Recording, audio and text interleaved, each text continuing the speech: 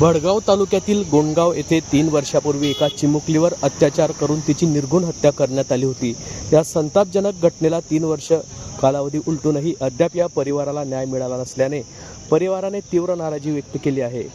हे प्रकरण सध्या फास्ट ट्रॅक न्यायालयात सुरू असले तरी निकाल प्रलंबित आहे। 3 वर्षापूर्वी नराधमाने 7 वर्षीय तरुणीला अत्याचार करून चाऱ्यामध्ये तिचा मृतदेह कोंबून ठेवला होता। मृतदेहाचा वास आल्यामुळे ही घटना ग्रामस्थांच्या लक्षात आली। हा खटला फास्ट ट्रॅक कोर्टात सुरू असून अजूनही कुटुंब न्यायाच्या प्रतीक्षेत असून यावेळी या कुटुंबाला लवकरात लवकर न्याय मिळावा अशी मागणी यावेळी राष्ट्रवादी शरद पवार गटाचे नेते रोहित पवार यांनी भेटीत कुटुंबाने केली आहे। या संदर्भात पीडित तरुणीची आई व आजी हिने पीडितेला न्याय मिळावा अशी मागणी केली आहे। अजून जर चिमुकलीला न्याय मिळालेला असता तर अशा जगामध्ये घटना घडल्या नसत्या। जिथपर्यंत चिमुकलीला न्याय मिळत नाही तोपर्यंत जगामध्ये अशा घटना घडल्याशिवाय राहणार नाही। 3 वर्ष झाले अजून न्याय मिळालेला नाही। फास्ट ट्रॅक कोर्टामध्ये केस चालू असताना सुद्धा 3 वर्ष झाले तरी फास्ट ट्रॅक कोर्ट अजून न्याय देत नाही। जिथपर्यंत हा चिमुकलीला न्याय मिळेल तोपर्यंत लहानच्या मोठ्या मुली जगामध्ये सुरक्षित राहत नाही। आपण आता घराच्या बाहेर जर निघाले तर तिथपर्यंत आई म्हणते की मुलगी कुठे गेली। तर ती बाहेर जर शाळेत जात असताना ती घरात आई ती बाहेर लगेच पाहते की मुलगी कुठे गेली आपली। ते तिचा जीव लहानचा मोठा धडधड जीव करतो की मुलगी काय होईल बा असं। जगामध्ये जशा घटना घडताय तर कशा लहानच्या मोठ्या मुली कशा करतील आणि कसं काय लहान वागतील मुली ते समजत नाही ना। हा न्याय लवकर मिळायला पाहिजे आणि त्याला भर चौकामध्ये फाशी दिली पाहिजे। जिथपर्यंत त्याला भर चौकामध्ये फाशी दिली जात नाही तोपर्यंत लोकांना कळत नाही, तोपर्यंत लोक सुधरत नाही। आमचं म्हणणं असं आहे की अशा घटना घडायला नको पाहिजे। सरकारने लवकरात लवकर न्याय दिला पाहिजे। सरकार जर लवकर न्याय देईल तोपर्यंत लगेच घटना बंद होतील आणि त्याला चौकामध्ये फाशी दिली गेली पाहिजे। लोकांना दिसायला पाहिजे की असं कृत्य केल्याने ही फाशी कशाबद्दल होते, ती कशी काय मिळतं बा असं म्हणून। खरं तर नातीचा दुर्दैवी मृत्यू झाला त्यानंतर अशा आता अनेक घटना ज्या आहेत त्या राज्यात घडत आहेत। जर कदाचित आपल्या नातीला न्याय मिळाला असता तर अशा घटना घडल्या असतातच नाही। तिने या घटना घडतातच नाही।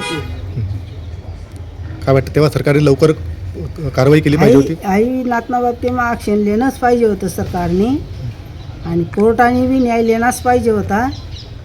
त्याला फाशी दिली पाहिजेच होती।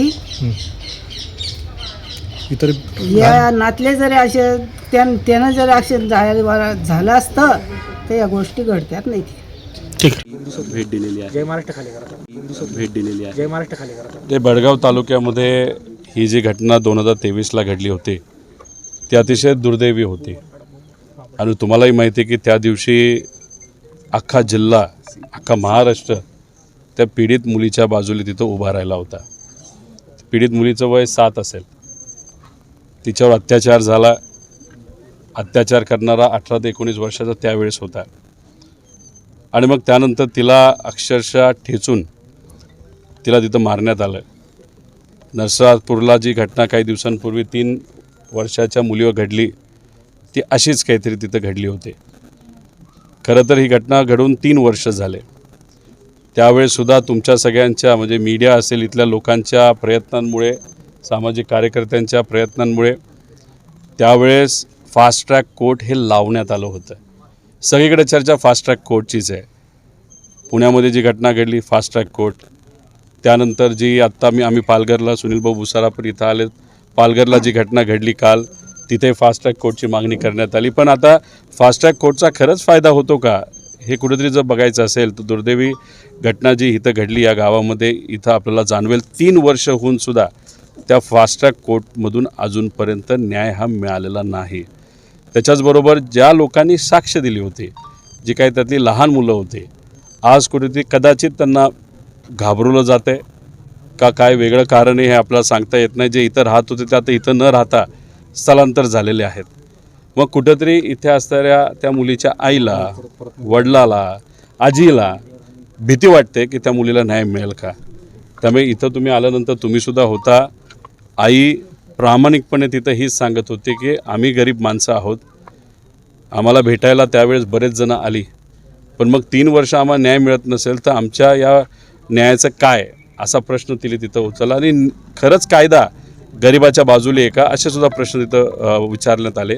त्यामुळे मी सरकारला विनंती करतो की काही झालं तरी शक्ती कायदा जो आपण 2019-20ला तिथं आणला होता तो कायदा लागू करावा. त्याच्यामध्ये अजून काही गोष्टी थोड्याशा स्ट्रिक्ट कराव्यात आणि त्या कायद्याच्या अंतर्गत उद्या जाऊन म्हणजे त्या कायद्याकडे बघून कुठं ना कुठे ते लोकांना भीती वाटेल असं कृत्य करण्यापासून, आणि उद्या जाऊन ज्या लहान मुली आहेत, ज्या महिला आहेत, त्यांच्यावर होणारे अत्याचार कुठं ना कुठेतरी कमी होतील अशी अपेक्षा आपण तिथं करू.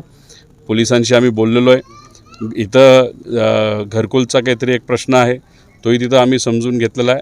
त्यामुळे इथं याच्यात कुठलंही राजकारण न आणता फक्त या मुलींना, या परिवाराला न्याय मिळावं असा आमचा प्रामाणिक प्रयत्न आहे. राज्यामध्ये कुठेतरी महिला आणि मुली सुरक्षित नसल्याने एक भीतीचं वातावरण निर्माण झालेलं आहे. तुम्ही पण देखील खंत व्यक्त केली की मला पण मुलगी आहे आणि मलाही कायम त्यांची काळजी असते. ते काळजी असतेच ना, पण एक तुम्हाला प्रामाणिकपणे सांगतो, एखाद्या नेत्याची मुलगा नाही तर मुलगी असेल, एखाद्या मोठ्या व्यावसायिकाचा मुलगा नाही तर मुलगी असेल, नाहीतर ज्याच्याकडे पैसा आहे ते सिक्युरिटी लावू शकतात, एखादा सिक्युरिटी गार्ड पाठवू शकतात. पण गरिबाचं काय?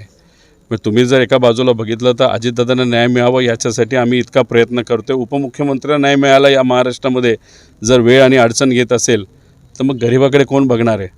त्यामुळे प्रश्न हा गरिबाचा आहे, सामान्य लोकांचा आहे. यांना सगळ्यांना भीती वाटते. आज या महाराष्ट्रात आणि गेल्या वर्षाचं आपण बघितलं 50,000पेक्षा जास्त गुन्हे महिलांच्या बाबतीतले आपल्या या महाराष्ट्रामध्ये झालेले आहेत. म्हणजे 137 गुन्हे दिवसाला. त्याच्याचबरोबर दिवसाला 24 बलात्कार आपल्या महाराष्ट्रामध्ये दुर्दैवाने त्या ठिकाणी होतात. म्हणजे तासाला 1 बलात्कार तिथं होतं. पॉस्कोच्या केसेस म्हणजे लहान मुलीच्या केसेस नाहीत, त्यांच्यावर होणारे अत्याचार बघितलं तर वर्षाला 13,000 अत्याचार दुर्दैवाने त्या ठिकाणी होतात. मग कुठंतरी हे जे अत्याचार करणाऱ्या लोकांना मनातली भीती मेली आहे का? पोलिसांची भीती वाटत नाही का त्यांना? आणि पोलीस खरंच प्रामाणिकपणे काही पोलीस काम करतात, पण पोलिसांना वेगळं काम इतकं दिलं जातं. VIP लोकांना तिथं मदत करणं असेल, त्यांची सिक्युरिटी देणं असेल, नाही तर बऱ्याच काय, नाही तर राजकारणासाठी दबाव आणण्यासाठी आहे. मग त्यामुळे काय होतं की सामान्य लोकांकडे दुर्लक्ष तिथं होतं असं मला तरी वाटतं. बाबा पुण्यामध्ये